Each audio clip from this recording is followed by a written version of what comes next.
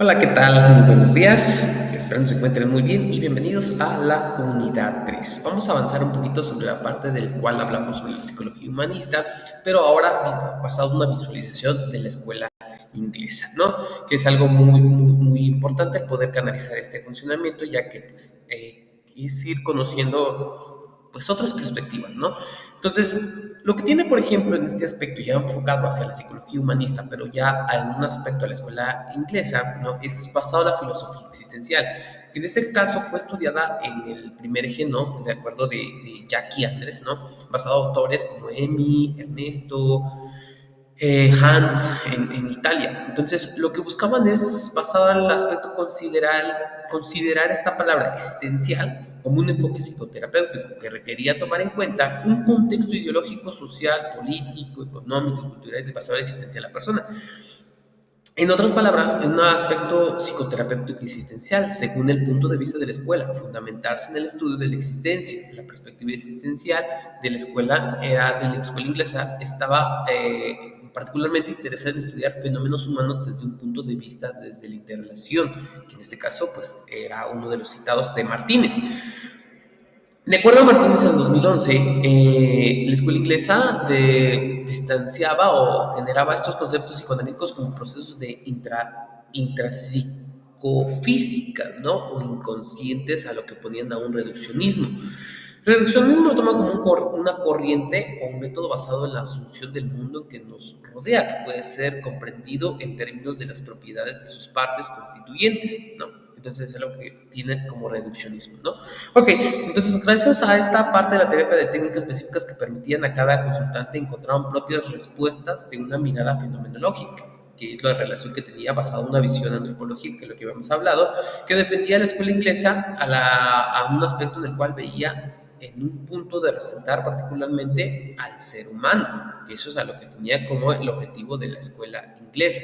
Basado en eso, pues generábamos principales representantes, que en este caso son principales representantes era Emmy Van Dursen. Emmy Van Dursen planteaba la terapia que cumplía basada en una función de dar apoyo a las personas para enfrentarse a los retos de la vida cotidiana, que de cierta manera lo vamos a catalogar también como un coaching, ¿no? Pues no se trataba de enfrentarse en situaciones necesariamente trágicas, sino de los planteamientos de manera frecuente de la vida en que nos planteábamos.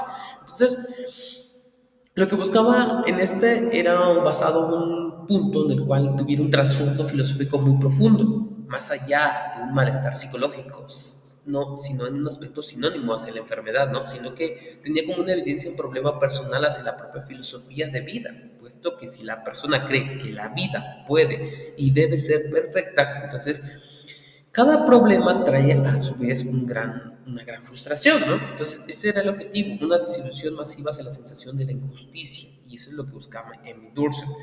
Basado en esto de Emmy Dursen, pues bajaba dentro del análisis producidas en tres dimensiones que planteaba entre Biswer, Howlett, Midwell y Edwards, ¿no? En el cual explicaban contribuciones basadas en lo que describía la referencia de dimensión física y corporal, incluían aspectos biológicos, físicos y heredaban una salud hacia la alimentación, de mencionar un ejemplo básico, ¿no? Esta parte de las dimensiones sociales, basada en un aspecto personal, generaban relacionarse en sí mismo a una emoción en el cual derivaba relaciones en el mundo y que basado en eso evaluaban conclusiones. Entonces, basado en ese punto, pues bajaban y concluían en tener más que nada un aspecto filosófico basado al aspecto de la fisiología. Otro de los principales representantes también era Ernesto Spinelli, sobre el que planteaba la intersubjetividad. Esta parte de la subjetividad la tomaba como una experiencia cognitiva afectiva. Y basado en esta experiencia cognitiva afectiva, lo tomaba también como un construccismo. Esta parte del construccismo o lo tomaba también como construccionistas, era sobre el aspecto en el cual permanecía de una alternativa en una crisis de la psicología social. Basado a esto, reconocía un aspecto de la naturaleza simbólica y recordaba un lenguaje del cual generaba un reconocimiento histórico hacia la relación en sí, ¿no? Entonces, esa era como la parte de los principales autores que abarcaba este contexto.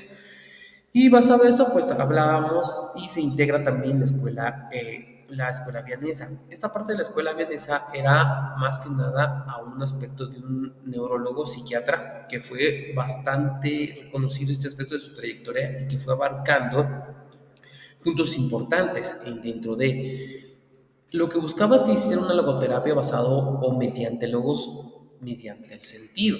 Desde luego podría traducirse también como un sentido en el cual implicaba un cierto asiento religioso que nos hacía representar una logoterapia, la cual era como este punto de la psicoterapia centrada en el sentido, que eso es lo que planteaba la escuela vienesa, ¿no?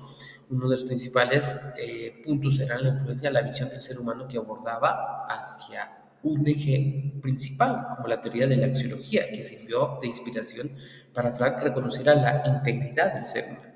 Y que basado en eso, pues interpretaba la dimensión o las dimensiones, en este caso neológica, neoética y espiritual.